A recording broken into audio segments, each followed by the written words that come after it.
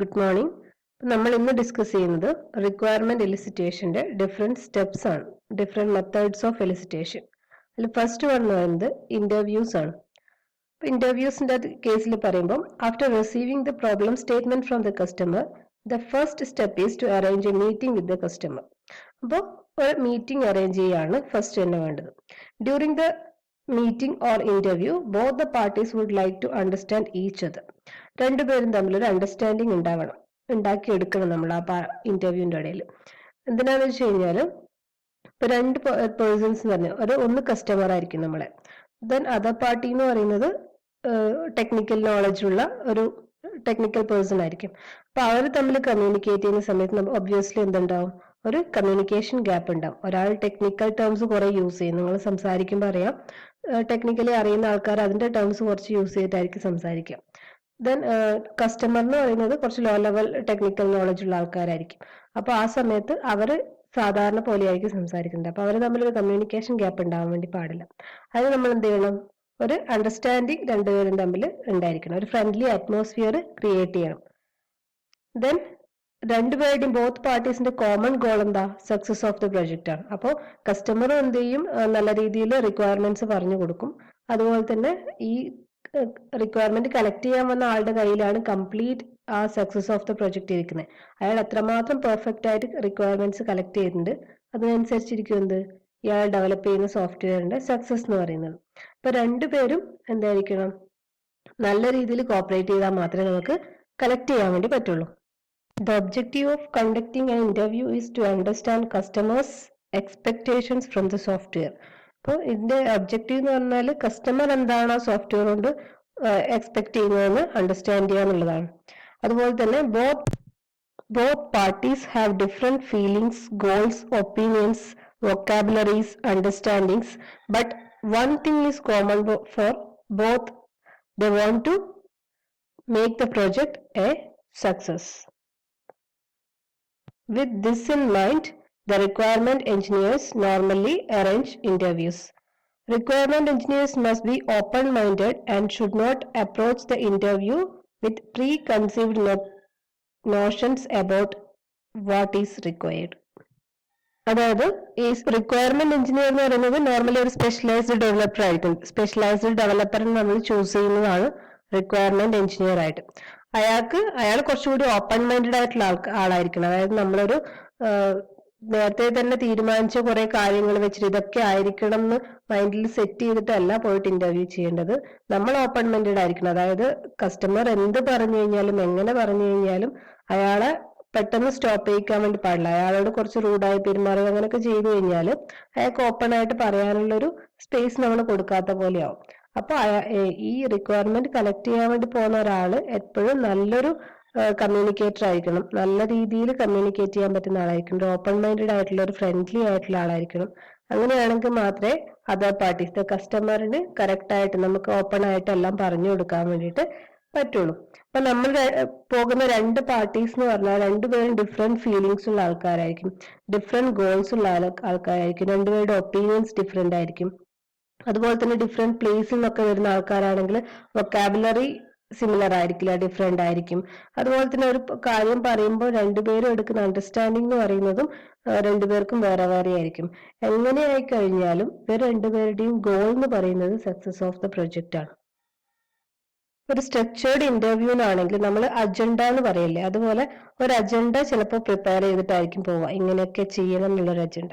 അല്ലെങ്കിൽ നമുക്ക് കറക്റ്റ് ആയിട്ടുള്ള ഒരു ക്വസ്റ്റ്യൻസിന്റെ കളക്ഷൻ ക്വസ്റ്റ്യനെയർ തന്നെ എന്ത് ചെയ്യാം, പ്രിപ്പയർ ചെയ്തിട്ട് പോവാം. അപ്പൊ ഇന്റർവ്യൂ സ്റ്റാർട്ട് ചെയ്യുമ്പോൾ സ്റ്റാർട്ടിങ്ങിലെ തന്നെ ടെക്നിക്കൽ ക്വസ്റ്റ്യൻസ് ഒക്കെ ചോദിച്ചിട്ട് എന്താണ് എങ്ങനെയാണെന്നൊന്നും ചോദിക്കാൻ വേണ്ടി പാടില്ല. സ്റ്റാർട്ട് ചെയ്യുന്ന സമയത്ത് സിമ്പിൾ ആയിട്ടുള്ള കാര്യങ്ങൾ, അവരോട് ഫ്രണ്ട്ലി ആയിട്ട് കുറച്ച് കാര്യങ്ങളൊക്കെ സംസാരിച്ച് രണ്ടുപേരും തമ്മിലുള്ള ഒരു കമ്മ്യൂണിക്കേഷൻ ഗ്യാപ്പ് ഇല്ലാണ്ടാക്കിയിട്ട് ദെൻ എന്ത് ചെയ്യാം, നമുക്ക് ടെക്നിക്കലി അവരുടെ റിക്വയർമെന്റ്സ് എന്തൊക്കെയാന്നൊക്കെ അന്വേഷിക്കാൻ വേണ്ടി പറ്റും. അപ്പൊ ഒരു കംഫർട്ടബിൾ ആയിട്ടുള്ളൊരു കമ്മ്യൂണിക്കേഷൻ ഏരിയ നമുക്ക് അവിടെ ക്രിയേറ്റ് ചെയ്യാൻ വേണ്ടി പറ്റും. അതുപോലെ തന്നെ കസ്റ്റമറിന് എന്ത് ചെയ്യാൻ വേണ്ടി പറ്റും, അവരിപ്പോ ഒരു പ്രോബ്ലം പറഞ്ഞു കഴിഞ്ഞാൽ ഞാൻ ഇങ്ങനെയാണ് ഇത് സോൾവ് ചെയ്യാൻ വേണ്ടിയിട്ട് ഉദ്ദേശിക്കുന്നത്, അത് നിങ്ങൾക്ക് ഇംപ്ലിമെന്റ് ചെയ്യാൻ വേണ്ടി പറ്റുമെന്നൊക്കെ കസ്റ്റമറിന് ചോദിക്കാനുള്ള ഒരു സ്പേസും കൂടി കൊടുക്കണം. അവരെ വിഷൻ കൂടി പറയാനുള്ള സ്പേസ് നമ്മൾ ഈ ഇന്റർവ്യൂവിന്റെ ഇടയിൽ കൊടുക്കണം. ദെൻ ഒരു ഇമ്പോർട്ടന്റ് ആയിട്ടുള്ള സെക്ഷനാണ് സെലക്ഷൻ ഓഫ് സ്റ്റേക്ക് ഹോൾഡർ. ആരെയാണ് ഇന്റർവ്യൂ ചെയ്യേണ്ടത്? It will be impossible to interview every stakeholder. എല്ലാവരെയും പോയിട്ട് ഇന്റർവ്യൂ ചെയ്തിട്ട് ആ ഒരു പ്രൊഡക്റ്റിനെ പറ്റിയിട്ട് ഡാറ്റ കളക്ട് ചെയ്യാന്ന് പറഞ്ഞു കഴിഞ്ഞാൽ ഇമ്പോസിബിൾ ആണ്. അപ്പോൾ നമ്മൾ എന്ത് ചെയ്യണം? This representatives from groups must be selected based on their technical expertise, domain knowledge, credibility and accessibility. നമുക്ക് എന്ത് ചെയ്യാം? ഒരു ഗ്രൂപ്പിന്റെ അകത്ത് നിന്ന് ആൾക്കാരെ ചൂസ് ചെയ്യാം. കുറെ ഇപ്പം നമ്മള് കസ്റ്റമേഴ്സിന്റെ കസ്റ്റമേഴ്സിന്റെ ഇടയിൽ നിന്ന് ഒരാളെ ചൂസ് ചെയ്യാം. അതുപോലെ പിന്നെ നമ്മള് ഈ സോഫ്റ്റ്വെയർ വർക്ക് ചെയ്യിപ്പിക്കുന്നവരുടെ ഗ്രൂപ്പിന്റെ അകത്ത് നിന്ന് ഒരാളെ ചൂസ് ചെയ്യാം. അങ്ങനെ ഓരോ കേസിന്റെ അകത്തുനിന്നും ഒരു ഗ്രൂപ്പിൽ നിന്ന് ഓരോരാളെ ചൂസ് ചെയ്തിട്ട് നമുക്ക് എന്ത് ചെയ്യാൻ വേണ്ടി പറ്റും? ഇതിന്റെ റിക്വയർമെന്റ്സ് കളക്ട് ചെയ്യാൻ വേണ്ടി പറ്റും. അപ്പൊ അങ്ങനെയുള്ള കേസിൽ നമ്മൾ ഒരുപാട് ഗ്രൂപ്പ്സ് കൺസിഡർ ചെയ്യുന്നുണ്ട്. So there are several groups to be considered for conducting interviews. Different ഗ്രൂപ്പ്സിനെ കൺസിഡർ ചെയ്യണം. അതിൻ്റെ അകത്ത് നമ്മൾ മെയിൻ ആയിട്ട് 4 ടൈപ്പ് സ്റ്റേക്ക് ഹോൾഡേഴ്സിന്റെ കാര്യമാണ് പറയുന്നത്. അതിൽ ഫസ്റ്റ് എന്ന് പറയുന്നത് എൻട്രി ലെവൽ പേഴ്സണൽ. അതായത് ഇപ്പൊ സ്റ്റാർട്ട് ചെയ്തിട്ടുള്ള ആൾക്കാർ. എൻട്രി ലെവൽ എന്ന് പറഞ്ഞു കഴിഞ്ഞാൽ അവർക്ക് എന്തുണ്ടാവില്ല? Not has sufficient domain knowledge. അതിന്റെ ബേസിക് ആയിട്ടുള്ള കുറെ കാര്യങ്ങളൊന്നും അവർക്ക് അറിവുണ്ടാവില്ല. ബട്ട് അവരെന്തായിരിക്കും?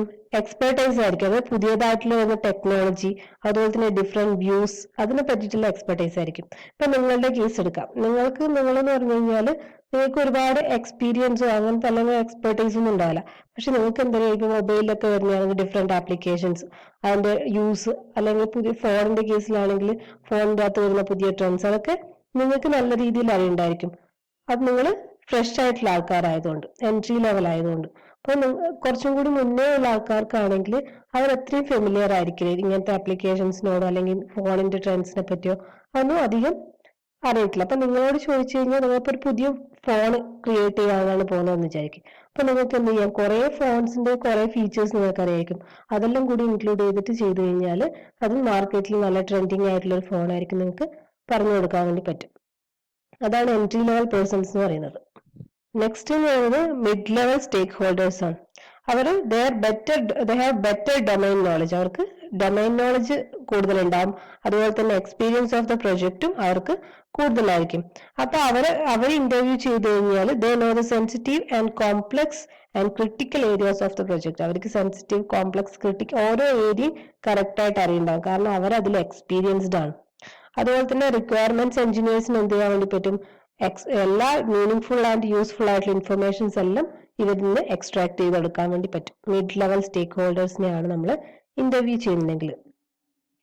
നെക്സ്റ്റ് എന്ന് പറയുന്നത് മാനേജേഴ്സ് ആണ്. മാനേജേഴ്സ് എന്ന് പറഞ്ഞു കഴിഞ്ഞാൽ managers or other stakeholders. അവരെന്ന് പറയുമ്പോൾ എന്തെങ്കിലും ഹയർ ലെവൽ മാനേജ്മെന്റ് ഓഫീസേഴ്സ് ആയിരിക്കും, അല്ലെങ്കിൽ vice president, general manager, managing director. അവരെയൊക്കെ നമുക്ക് എന്ത് ചെയ്യാം? ഇന്റർവ്യൂ ചെയ്യാം. അപ്പോൾ their information may be different but rich information for the software development. അവരുടെ ഒപ്പീനിയൻസ് എന്ന് പറഞ്ഞു കഴിഞ്ഞാൽ നമ്മൾ സാധാരണ കളക്ട് ചെയ്യുന്നത് പോലെ ആയിരിക്കില്ല. ബട്ട് അത് നമുക്ക് ഡെവലപ്മെന്റിന് വേണ്ടിയിട്ട് കൂടുതൽ ഇൻഫർമേഷൻസ് പ്രൊവൈഡ് ചെയ്യും. ദെൻ ലാസ്റ്റ് എന്ന് പറയുന്നത് യൂസേഴ്സ് ഓഫ് ദ സോഫ്റ്റ്വെയർ. അതാണ് ഏറ്റവും ഇമ്പോർട്ടന്റ്. നമ്മൾ ഒരു സോഫ്റ്റ്വെയർ ഉണ്ടാക്കി കഴിഞ്ഞു കഴിഞ്ഞാൽ, നിങ്ങളിപ്പോൾ ഒരു ഗെയിമോ അല്ലെങ്കിൽ വേറെ എന്തെങ്കിലും ഒരു ആപ്ലിക്കേഷനോ ഉണ്ടായി കഴിഞ്ഞു കഴിഞ്ഞാൽ അത് ഏറ്റവും കൂടുതൽ യൂസ് ചെയ്യേണ്ടത് യൂസേഴ്സ് ആണല്ലേ. അപ്പൊ യൂസേഴ്സിന് അതെങ്ങനെ ഉപയോഗിക്കാൻ വേണ്ടി പറ്റും എന്നുള്ളതാണ് കൂടുതൽ അറിയേണ്ട കാര്യം. ഡെവലപ്പ് ചെയ്ത് കൊടുത്തു കഴിഞ്ഞാൽ യൂസർ ഫ്രണ്ട്ലി ആയിരിക്കണം എന്നുള്ളതാണ് ഏറ്റവും അത്യാവശ്യം. അപ്പൊ യൂസർ എങ്ങനെയാണ് അതിനെ കാണുന്നത് അതും കൂടി നോക്കണം. അപ്പൊ അതിന്റെ കേസിൽ ദിസ് ഗ്രൂപ്പ്, യൂസേഴ്സ് ഗ്രൂപ്പ് ആണ് ഏറ്റവും കൂടുതൽ ഇന്ററാക്ഷൻ നമ്മളെ സിസ്റ്റമായിട്ട് നടത്തുന്നത്. അതുപോലെ തന്നെ there information may be I opener and may be original at times. അവരുടെ ഇൻഫർമേഷൻ ആയിരിക്കും ഏറ്റവും ഇമ്പോർട്ടൻ്റ് ആയിട്ടുള്ളത്. ഐ ഓപ്പണർ എന്ന് പറഞ്ഞു കഴിഞ്ഞാൽ നമ്മൾ ശരിക്കുള്ള എൻട്രി ലെവലോ മിഡ് ലെവലോ മാനേജേഴ്സോ തന്നതിനേക്കാൾ കൂടുതൽ ഈ സിസ്റ്റം ഇങ്ങനെ വേണമെന്ന് ഡിസൈഡ് ചെയ്യുന്നത് യൂസറിന്റെ ഒപ്പീനിയൻസ് ആയിരിക്കും. നിങ്ങൾക്കറിയാം, നിങ്ങൾ ചിലപ്പോൾ ഏതെങ്കിലും ഗെയിമൊക്കെ കളിക്കുമ്പോൾ ഇത് ഇങ്ങനെ ആയിരുന്നെങ്കിൽ ബെറ്റർ ആയേനെ എന്ന് നിങ്ങൾക്ക് തോന്നാറുണ്ട് അല്ലേ. അപ്പോൾ നിങ്ങളുടെ കയ്യിൽ നിന്നാണ് റിക്വയർമെന്റ്സ് കളക്ട് ചെയ്തിട്ടുണ്ടെങ്കിൽ കുറച്ചും കൂടി ബെറ്റർ ആയിട്ടുള്ള ഇൻഫർമേഷൻസ് നിങ്ങൾക്ക് പ്രൊവൈഡ് ചെയ്യാൻ പറ്റിയെന്ന് അങ്ങനെ തോന്നുന്നില്ലേ? അതാണ് യൂസേഴ്സിന്റെ ഇമ്പോർട്ടൻസ് എന്ന് പറയുന്നത്. നെക്സ്റ്റ് പറയുന്നത് ടൈപ്സ് ഓഫ് ക്വസ്റ്റ്യൻ. എങ്ങനത്തെ ക്വസ്റ്റ്യൻസ് ആണ് ചോദിക്കേണ്ടത്. ക്വസ്റ്റ്യൻസ് എന്ന് പറയുന്നത് എപ്പോഴും സിമ്പിൾ ആൻഡ് ഷോർട്ട് ആയിരിക്കണം. അല്ലാണ്ട് നിങ്ങൾ മറ്റേ കൗണ്ടർ പോയിന്റിലൊക്കെ കാണുന്ന പോലെ തിരിച്ചു മറിച്ചൊക്കെ ക്വസ്റ്റ്യൻ ചോദിച്ചു കഴിഞ്ഞാൽ അതിന് അവർ തരുന്ന ആൻസറും തിരിച്ചു മറിച്ചും ആയിരിക്കും.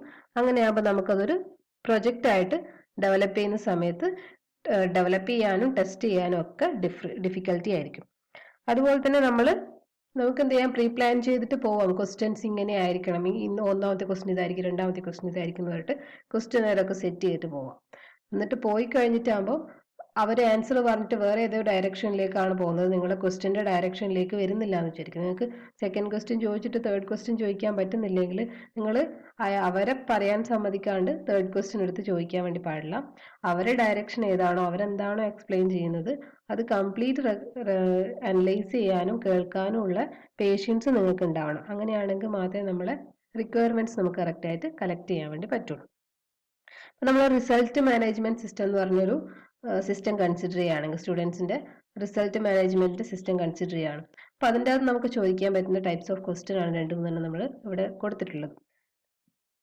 ക്വസ്റ്റ്യൻ നോക്കാം, എനി പ്രോബ്ലംസ് വിത്ത് എക്സിസ്റ്റിംഗ് സിസ്റ്റം. അതായത് ഓൾറെഡി ഇപ്പൊ റിസൾട്ട് മാനേജ്മെന്റിന് ഒരു സിസ്റ്റം ഉണ്ടാവും, ആ സിസ്റ്റത്തിന്റെ പ്രോബ്ലംസ് എന്തൊക്കെയാണ് നമുക്ക് ചോദിക്കാം. അതുപോലെ തന്നെ എനി കാൽക്കുലേഷൻ എറേഴ്സ്, അതായത് നമ്മുടെ റിസൾട്ട് മാനേജ്മെന്റ് സിസ്റ്റത്തിന്റെ അകത്ത് മാർക്കൊക്കെ കാൽക്കുലേറ്റ് ചെയ്യുന്ന സമയത്ത് എന്തെങ്കിലും എറേഴ്സ് ഒക്കർ ചെയ്തിട്ടുണ്ടോ, പ്രീവിയസ്ലി എന്തെങ്കിലും എറേഴ്സ് ഒക്കർ ചെയ്യുന്നുണ്ടോ, അതായത് ഗ്രേഡ് കാൽക്കുലേറ്റ് ചെയ്യുമ്പം അല്ലെങ്കിൽ നിങ്ങളുടെ പെർസെൻറ്റേജ് കാൽക്കുലേറ്റ് ചെയ്യുമ്പോഴൊക്കെ എന്തെങ്കിലും എറർ ഒക്കർ ചെയ്യുന്നുണ്ടോ. പിന്നെ possible reasons for Mal functioning, അതായത് എന്തെങ്കിലും എറർ ഒക്കർ ചെയ്തിട്ടുണ്ടെങ്കിൽ അതിന്റെ റീസൺസ് എന്തൊക്കെയാണ് പോസിബിൾ റീസൺസ്. അത് കറക്റ്റ് ആയിട്ട് പറഞ്ഞു കൊടുക്കുന്നില്ല, ചിലപ്പോൾ ഇതുകൊണ്ടായിരിക്കാം ചിലപ്പോൾ അതുകൊണ്ടായിരിക്കാം, നമുക്ക് എന്തെങ്കിലും ഗസ് ചെയ്യാൻ വേണ്ടി പറ്റുന്നുണ്ടാവില്ലേ, അത് പറഞ്ഞെടുക്കാൻ വേണ്ടി പറ്റും. അതുപോലെ തന്നെ how many students are enrolled presently, എത്ര സ്റ്റുഡൻസ് പ്രസന്റ് ഇപ്പം നിങ്ങളുടെ കറന്റ് ക്ലാസ്സസിൽ എൻറോൾ ചെയ്തിട്ടുണ്ട് എന്നുള്ളത് ചോദിക്കാം. അതുപോലെ തന്നെ what are the possible benefits of computerising the system, അതായത് ഇപ്പം മാനുവലി ചെയ്യുന്ന ഈ പിന്നെ റിസൾട്ട് കാൽക്കുലേഷൻ കമ്പ്യൂട്ടറൈസ് ചെയ്യുന്നത് കൊണ്ട് നിങ്ങൾ എന്താണ് ബെനിഫിറ്റ്, നിങ്ങൾക്ക് എന്താണുള്ളതെന്ന് വേണമെങ്കിൽ ചോദിക്കാം. Are you satisfied with the current process and policies, ഇപ്പൊ യൂസ് ചെയ്യുന്ന പ്രോസസ്സും പോളിസീസും തന്നെയാണോ നിങ്ങൾക്ക് കമ്പ്യൂട്ടറൈസ് ചെയ്യുമ്പോഴും ചെയ്യേണ്ടത്, അല്ലെങ്കിൽ എന്തെങ്കിലും കാൽക്കുലേഷൻസിന് എന്തെങ്കിലും ഡിഫറൻസ് വരുത്താൻ നിങ്ങൾ ഉദ്ദേശിക്കുന്നുണ്ടോ എന്ന് വേണമെങ്കിൽ ചോദിക്കാം. How are you maintaining the records of previous സ്റ്റുഡൻസിന്റെ റെക്കോർഡ്സ് നിങ്ങൾ എങ്ങനെയാണ് മെയിൻറ്റെയിൻ ചെയ്തിട്ടുള്ളതെന്ന് ചോദിക്കാം. ഡാറ്റാബേസിലായിട്ടാണോ അല്ലെങ്കിൽ നിങ്ങൾ സാധാരണ റെക്കോർഡ് ഫയൽ ആയിട്ടാണോ കീപ്പ് ചെയ്തിട്ടുള്ളതൊക്കെ നിങ്ങൾക്ക് ചോദിക്കാൻ വേണ്ടി പറ്റും. പിന്നെ how are you maintaining what are the data required by you exist in your system, അതായത് വേറെ ഏതെങ്കിലും സിസ്റ്റത്തിൽ കളക്ട് ചെയ്തിട്ടുള്ള എന്തെങ്കിലും ഡാറ്റാസ് നിങ്ങൾ ഇതിന്റെ കാൽക്കുലേഷന് വേണ്ടിയിട്ട് യൂസ് ചെയ്യുന്നുണ്ടോ എന്ന് നമുക്ക് ചോദിക്കാം. What problems do you want this system to solve, എന്തൊക്കെ പ്രോബ്ലംസ് ആണ് നിങ്ങൾ ഈ സിസ്റ്റം ഉണ്ടാക്കുന്നതിലൂടെ സോൾവ് ചെയ്യാൻ വേണ്ടിയിട്ട് ആഗ്രഹിക്കുന്നത്, അങ്ങനെ ചോദിക്കാൻ വേണമെങ്കിൽ.